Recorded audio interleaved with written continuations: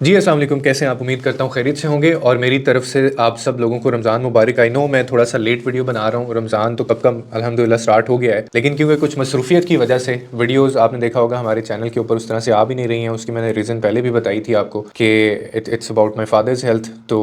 कुछ चीज़ें इससे भी ज़्यादा इंपॉर्टेंट होती हैं और वो करनी पड़ती हैं। लेकिन खैर, तमाम लोगों को बहुत-बहुत रमज़ान मुबारक मेरी तरफ से, मेरी टीम की तरफ से। और आज हमने इसी टॉपिक के ऊपर बात करनी है। मुझे बड़ा अफ़सोस होता है, मैं हमेशा ही जब भी रमज़ान आता है ना, तो मैं नीयत के ऊपर और दिखावे के ऊपर लाज़मी बात करता होता हूँ। और उसकी रीज़न ये है कि ये वो चीज़ है जिसमें हमें कुरान के अंदर भी हमें इस पे ज़ोर दिया गया है, मना किया गया है। दिखावा किसी सूरत भी, किसी भी कॉन्टेक्स्ट के अंदर जो है वो एक्सेप्टेबल नहीं है। और जब मैं देखता हूँ कि हमारी सोसाइटी के अंदर ये जो ख़ास तौर पे रमज़ान का महीना होता है, ये तो वैसे ही उन लोगों के लिए सिर्फ़ कि आपसे जो कमियाँ कोताहियाँ, जो गलतियाँ हो गई हैं, आपकी रूटीन सेट नहीं हुई, आप अल्लाह के करीब नहीं जा सके हैं, तो this is the month, this is the chance, this is the opportunity कि आप अल्लाह के करीब जा सकते हैं। और आप दुनिया के तमाम वो काम सारे जिसमें आप पूरे 11 महीने इन्वॉल्व रहते हैं, आप वो सारी चीज़ें छोड़ के अब जो है वो अपनी एक रूटीन सेट कर लें। लेकिन मैं देखता हूँ कि हम लोगों में दिखावा इतना ज़्यादा आ गया है, और ये सोशल मीडिया की वजह से, कि जब तक हम किसी चीज़ की वीडियो नहीं बना लेते और जब तक हम हमें तसल्ली नहीं हो जाती ना कि हमने कोई चीज़ दिखा नहीं देनी लोगों को, हमारा मकसद पूरा नहीं होता। और उसकी जो अपनी एक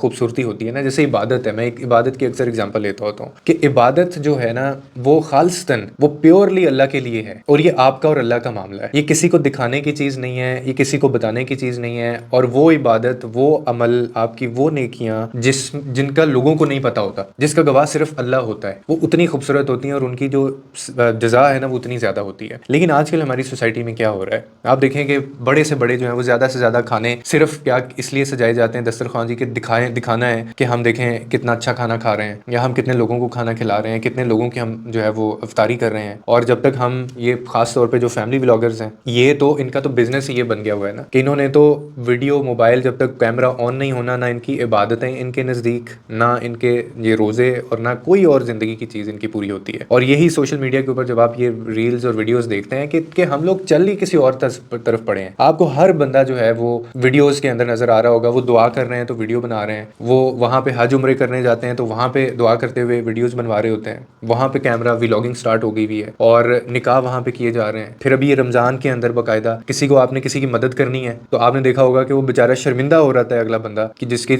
तस्वीरें खींच रहे होते हैं, वीडियोज़ बना रहे होते हैं, और उस पर सोशल मीडिया के ऊपर चढ़ा रहे होते हैं, और उसको 10 बंदे हाथ लगा रहे होते हैं कि ये देखें मैंने इसको ये दिया है या मैंने इसकी मदद की है। तो रोज़ा तो हमें ये सारी चीज़ें नहीं सिखाता, रमज़ान तो हमें ये सारी चीज़ें नहीं सिखाता। इसमें तो सिर्फ आपका तकवा है, आपका अपना खुदा के लिए आपकी जो मोहब्बत है वो है, आपकी नीयत है कि आप महसूस करें अल्लाह को अपने करीब उस तरह से। और दुनिया की बाकी जो आपकी नफ्स की चीज़ें हैं, वो ख्वाहिशात जो आपके नफ्स से जुड़ी हुई हैं, वो सारी आप ख़त्म करने तक कर दें वो सारी चीज़ें। और मैं आगे भी एक चीज़ कहता होता हूँ कि जैसे कुछ गुनाह होते हैं ना, वो हलाकत का बाइस बन जाते हैं हमारे लिए। ऐसे गुनाह जो हमें लगता है कि शायद वो छोटे छोटे गुनाह होते हैं, लेकिन वही हलाकत का बाइस बाज़ औक़ात बन जाते हैं। इसी तरह ना कुछ ऐसी नेकियां भी होती हैं जो बज़ाहिर आपको लगता है कि यार मेरा ऐसे करने से क्या हो जाएगा, लेकिन वही नेकियां कहीं ना कहीं आपकी निजात का बाइस भी बन जाती हैं, वही आपको पार लगा देती हैं आगे। लेकिन हम लोग मटेरियलिस्टिक इतने हो चुके हैं, और हम लोगों को जब तक हमने किसी को बता नहीं देना होता, किसी को दिखा नहीं देना होता, हमारी ना इबादतें कबूल हमें लगता है होती हैं, ना हमें तसल्ली होती है इस चीज़ की। मैं अभी थोड़ी देर के लिए सोशल मीडिया मैंने ऑन किया तो उसके ऊपर कुछ रील्स मेरे सामने आई जिसमें बहुत सारे फैमिली व्लॉगर्स ने ये जो एक इनिशिएटिव इन्होंने लिया हुआ है, मैं इनके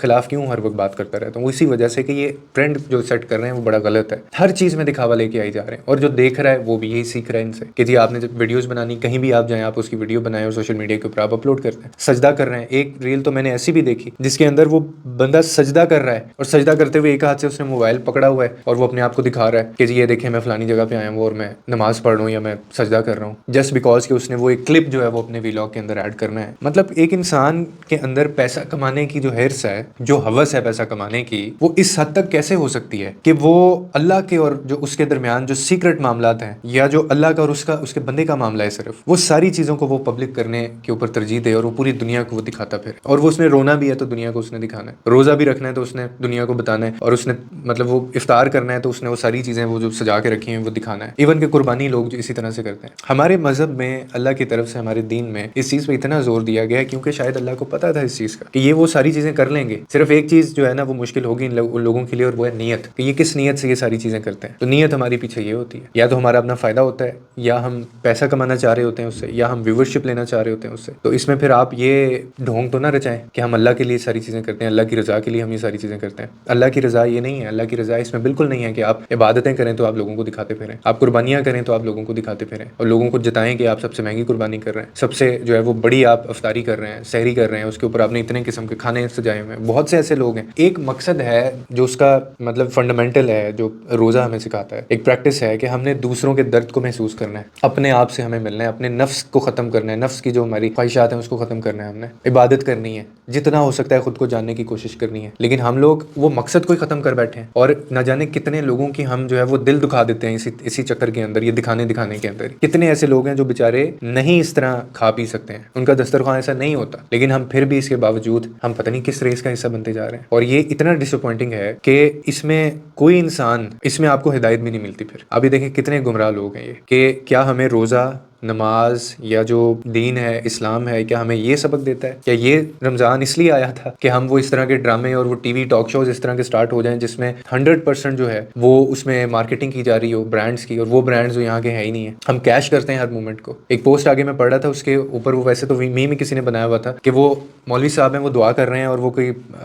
चल रही है, इस्लामिक शो चल रहा है, यानी ये रमज़ान के अंदर जिस तरह के ये शोज़ हो जाते हैं, तो वो दुआ कर रहे हैं और उसके सामने कोई 10 किस्म के वो पड़े हुए हैं, प्रोडक्ट्स पड़ी हुई हैं और उसमें बॉटल्स हैं, उस ब्रांड्स के नाम लिखे हुए हैं। तो उन्होंने कैप भी पहनी हुई है। तो एक बंदे ने नीचे कमेंट किया हुआ था कि शुक्र है कि टोपी के अंदर ऊपर जो है ना वो रूह अफ़ज़ा नहीं लिखा हुआ या कोका कोला नहीं लिखा हुआ